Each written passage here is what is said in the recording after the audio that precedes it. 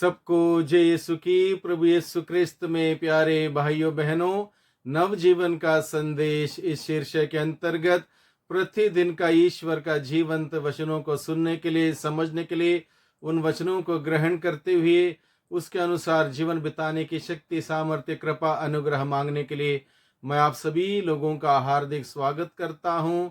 आज अगस्त की 29 तारीख है, बृहस्पतिवार है, और आज के दिन में कलीसिया संत योहन बपतिस्ता का शहादत का दिवस मनाते हैं। संत योहन बपतिस्ता प्रभु के अग्रदूत रहे। प्रभु को ग्रहण करने के लिए उसने लोगों को तैयार किया, लोगों को पश्चाताप के लिए निमंत्रण दिया, लोगों को बपतिस्मा दिया। इस प्रकार से प्रभु यीशु मसीह को ग्रहण करने के लिए उसने तैयार किया। सच्चाई के मार्ग पर चलने वाला, सीधा साधा सरल व्यक्तित्व वाला महान संत योहन बपतिस्ता का आज के दिन में शहादत का स्मृति मनाते हैं।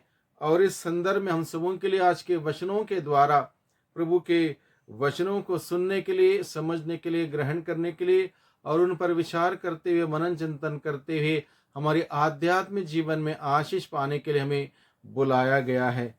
और आज के दिन में हम लोग मनन चिंतन करेंगे।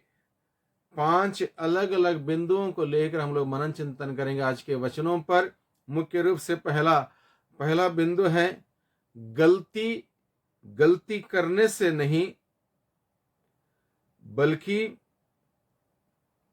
उसका सुधार करने से।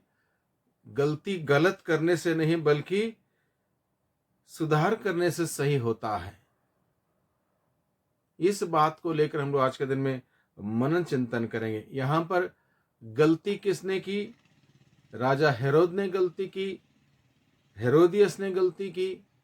ये दोनों ने गलती करने के बाद उस गलती को छिपाने के लिए उन्होंने योहन बपतिस्ता को, एक ने बंदी गृह में डाल दिया, एक ने उसका सिर कटवाया। ऐसे गलत करने से गलती सही नहीं होती। गलती सही तब होती है, उसके लिए पश्चाताप करने से होती है। ये सीख हमें दी जाती है, क्योंकि यहाँ पर ना ही हेरोद ने ना ही हेरोदियस ने पश्चाताप किया।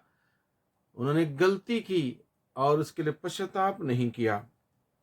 दूसरा बिंदु हम लोगों को मनन चिंतन करने के लिए दिया गया है।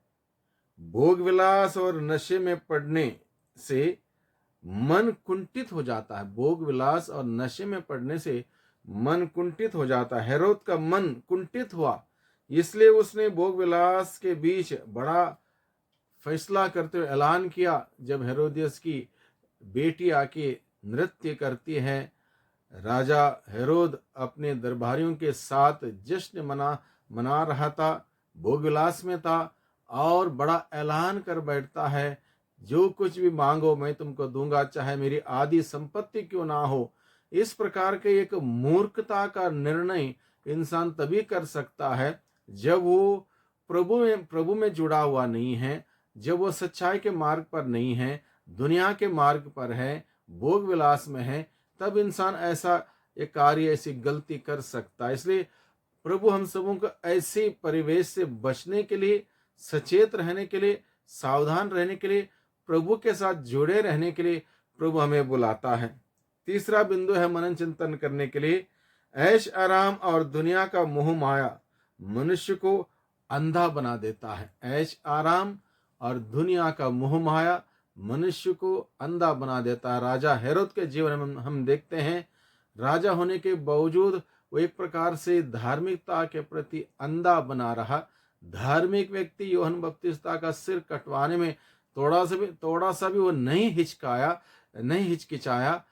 अपने वादे को बरकरार रखने के लिए वो एक इंसान का, एक महात्मा का, एक पुण्य व्यक्ति का, पवित्र व्यक्ति का सिर कटवाने तक वो राजी हो जाता है। यानी कि इस प्रकार से वो अंधा, आध्यात्मिक रूप से अंधा हो चुका था, बहरा हो चुका था, गूंगा हो चुका था, और ऐसा कार्य वो कर बैठता है। यानी कि ऐश आराम और दुनिया का मोह माया मनुष्य को अंधा बना देता है। इसलिए इस बात से भी हमें सतर्क और सावधान रहने के लिए प्रभु अपने वचनों के द्वारा हम सबों को बुलाता है। हेरोदियस दुनिया के ऐश आराम तथा महामोह के बीच बिल्कुल अंधी हो जाती है और यूहन्ना का सिर मांगती है, यूहन्ना बपतिस्ता का सिर मांगते हैं। कोई अच्छा तोहफा मांगने के बजाय एक इंसान की जान वो मांगती हैं और उसको राजा हेरोद दिलवाता है। यानी कि एक प्रकार के आध्यात्मिक अंधेपन का परिचय यहाँ पर दिया गया है। जब इंसान ईश्वर के साथ नहीं जुड़ा है, ईश्वर के प्रति श्रद्धा भक्ति उसके अंदर नहीं है, वो किसी बात की परवाह नहीं करता, अंधेपन से मूर्खता से हर प्रकार की गलती कर बैठता है, जो कि राजा हेरोद और हेरोदियस के जीवन से हम देखते हैं। चौथी बात है मनन चिंतन करने के लिए हम सबों को दी गई है, सच्चाई के मार्ग में चलने के लिए चुनौतियों का सामना करना पड़ता है। यूहन्ना बपतिस्ता सच्चाई का मार्ग पर चल रहा था, सच्चाई के बारे में बता रहा था, यीशु को ग्रहण करने के लिए लोगों को तैयार कर रहा था और इस मार्ग पर चलते हुए हर प्रकार के चुनौतियों का सामना वो करता है। सामना करने के लिए हम तैयार होना पड़ता है। यूहन्ना ने और इसके लिए अपना सिर तक गवाया, लेकिन वो सच्चाई से पीछे नहीं हटा, सच बोलने से नहीं डरा, सच बोलने के लिए उसने हिम्मत जुटाई और सच बोला और इस वजह से उसको अपना सिर गंवाना पड़ा। लेकिन वो सच्चाई को सामने प्रस्तुत करता रहा, किसी प्रकार के समझौता उसने नहीं किया। हमारे जीवन में भी सच्चाई के लिए जीने के लिए, सच बोलने के लिए हमें बहुत हिम्मत जुटानी होगी। हमें हर प्रकार के चुनौतियों का सामना करने के लिए तैयार होना होगा। और याद रखें, सच कभी हारता नहीं, कभी डूबता नहीं, सत्य की जीत होती है। यूहन्ना बपतिस्ता का सिर जरूर कट गया, लेकिन सत्य जीत गया। उसके उस शहादत के वजह से प्रभु यीशु इस धरती पर आए, प्रभु यीशु को उसने प्रस्तुत किया, लोगों को तैयार किया। मुक्तिदाता इस धरती पर आने से लोगों को अपने पाप की दास्ता से छुटकारा मिला। इस प्रकार से हम देखते हैं, सच्चाई के लिए जो खड़ा होता हो, उसकी मेहनत, उसके परिश्रम, उसका जीवन, उसकी कुर्बानी व्यर्थ नहीं जाती है। पांचवा बिंदु है मनन चिंतन करने के लिए, मैं सच्चाई का सामना कैसे करता हूं। इस बात को लेकर हम लोग विचार करें। आज के दिन में हम लोग संत यूहन्ना बपतिस्ता का शहादत का दिवस को मनाते हैं। इसलिए आज के परिवेश में जहां झूठी चलता है, जहां अन्याय चलता है, जहां अंधकार का बोलबाला है, जहां हर प्रकार के अत्याचार और हिंसा चल रही है, ऐसे परिवेश में जब मैं जीता हूं तो मैं सच्चाई के लिए कैसे खड़े होता हूं, कैसे मैं सच्चाई को लेकर, सच्चाई को प्रस्तुत करने के लिए तत्पर हूं। इन बातों पर मनन चिंतन करें, प्रभु से प्रार्थना करें, यूहन्ना बपतिस्ता की मध्यस्थ मांगें कि हम भी सच्चाई सामने रखें, सच बोलें, सच्चाई के लिए खड़े हो जाएं। चाहे वो कितना भी चुनौती भरा क्यों ना हो, सत्य हमें आजाद कर देगा और प्रभु हमें हमारे बलिदान का पुरस्कार अवश्य देगा। आज के दिन में संत यूहन्ना बपतिस्ता का शहादत का पर्व मनाने के संदर्भ में मैं आप सभी लोगों को प्रभु की आशीष मांगता हूँ।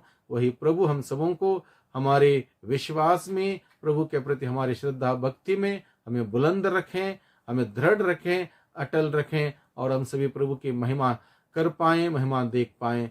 सबको जय यीशु की, सबको धन्यवाद।